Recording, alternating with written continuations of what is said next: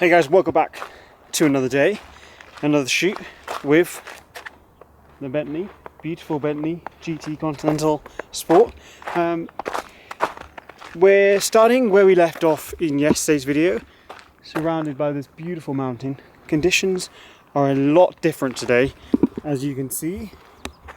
Beautiful blue sky, car is looking very majestic. The pass that we're going to do now is going to go kind of up this way and up towards this peak up here. So we're going to go following all this ridge line all the way up to the top there. Now the plan for today is just to get the final bits of footage of the car that I want to get around this area, which is why it's great for conditions like this. So suction cups, drone, etc., and then I can leave tomorrow happy that I've got everything I want from this location. So let's go and see how the day manifests and see what happens.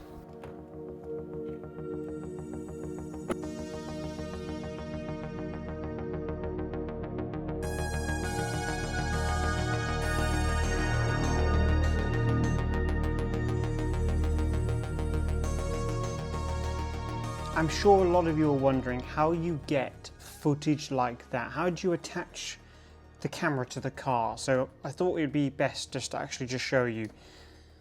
It's good to have 3 points of contact whenever you're mounting anything to a car, more so when the gear is heavier. So I had the Sony a7R5 coupled with my 16-28, which is recording me now, on the side. So it required 3 points of contact. I use the newer suction cups. I will link these below, and I use the small rig arms. Now, I will say the small rig arms aren't the best. There is other options out there that will yield a better result and require less finicky and annoying movements to get it all in situ. These did the job though, so it is a bit fiddly and a bit annoying. It does take time. Each time you mount it, unmount it, takes between 5 and 10 minutes depending on how much of a weird place you're trying to place it in. Once you get the flow of it, it's pretty easy. The way they work is, once on a flat surface, you can see there's this here. You just squeeze this like this until it gets the suction done. Let's see if it does it on the table. I don't know if it will do it on the table. Yeah, there you go. So it'll do it on most flat surfaces. Once it goes past the white line, so you can see on there, there is a white line.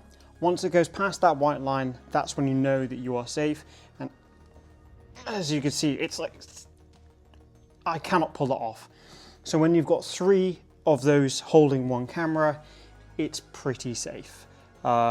Actually, it's very safe. Even if I'm pulling this way, I can't move it. The way you move it and take it off is you just lift up the end, let a bit of air in, and there you go. It's always good to have 3 points of contact, so if one fails, you have 2, if 2 fail, you have 1, etc, etc. Anyway, that's how you get the shot.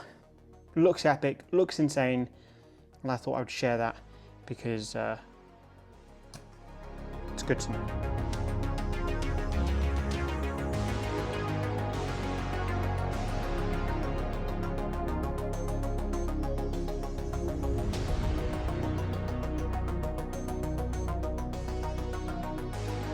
We have got probably enough footage for, I don't know, a 20-minute long video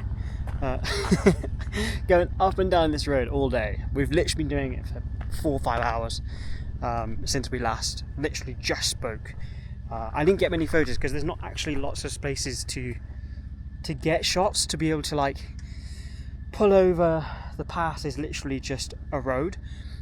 However, the footage has looked incredible, which you've seen a bit of, obviously, at the start of this video just now. So we've come back to this location, which is still equally incredibly beautiful. I'm just going to get some shots with the Hasselblad, and then I'll grab the GFX 100 RF as well, because I like this frame.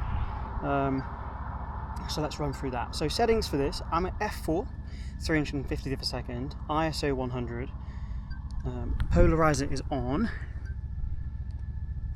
And I'm not gonna lie, look, I'm really falling in love with medium format, like a lot.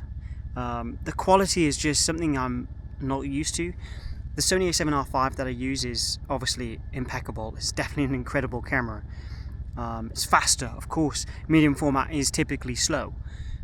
However, the quality of the images is something that I'm becoming a bit intoxicated by, I guess is the word. I don't know if intoxicated is the right word actually, but it's making me feel unbelievable because I'm taking a photo and it's how I envisioned it. When I started photography, I started on a Nikon D7000, and what would happen I would take these photos and it would look incredible, like it, as in the back of the camera, and then I'd get back to the Lightroom and put it in Lightroom, and you know the story, and then you look at the quality and it's like, that's good, it's sharp to an extent, but unfortunately that's the same with the R5. So like with the Sony a7R5, you still punch in and it is crisp at like 100, 200%, but further past that it's not.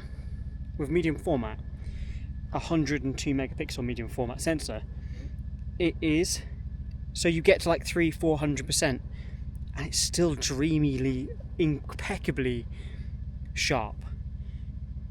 And I think that's what I've fallen in love with, is taking a photo and it just being perfect in a way. I might stop at a couple of locations on the way back to the hotel. Tomorrow we're heading to Zurich, where I'm going to be meeting up with a girl called Liv, who is another car photographer. She's going to be helping me out to shoot some stuff off the Bentley, some rollers, etc., like around the Swiss Alps and stuff. So that's going to be epic. And then after that, I'm going to meander my way down south. So stick around, subscribe. But let's head on to the next location. Now you know how people get those types of different angles on cars specifically. It's always with some sort of suction cup, one way or another. You can obviously use it with action cameras, the Pocket 3, you can use it with full-on cameras like this, or you can have bigger systems where you can mount stuff to be able to track cars, etc. But fundamentally, more often than not, it's suction cups that you are going to need. So if you want to do anything with filming on a car or of other cars, you're going to need some sort of suction cups. They're fairly affordable. They can be affordable, but these are things you want to spend money on. These are the suction cups that are going to look after the camera and make sure it doesn't fall off onto the subject you're trying to shoot or on someone else's car.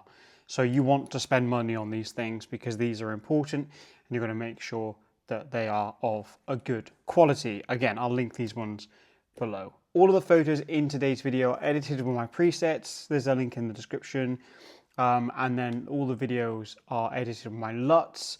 If you do want me to release the LUTs, then let me know down in the description, and I'll look at doing that soon. Create more, stress less. I'll see you in tomorrow's video.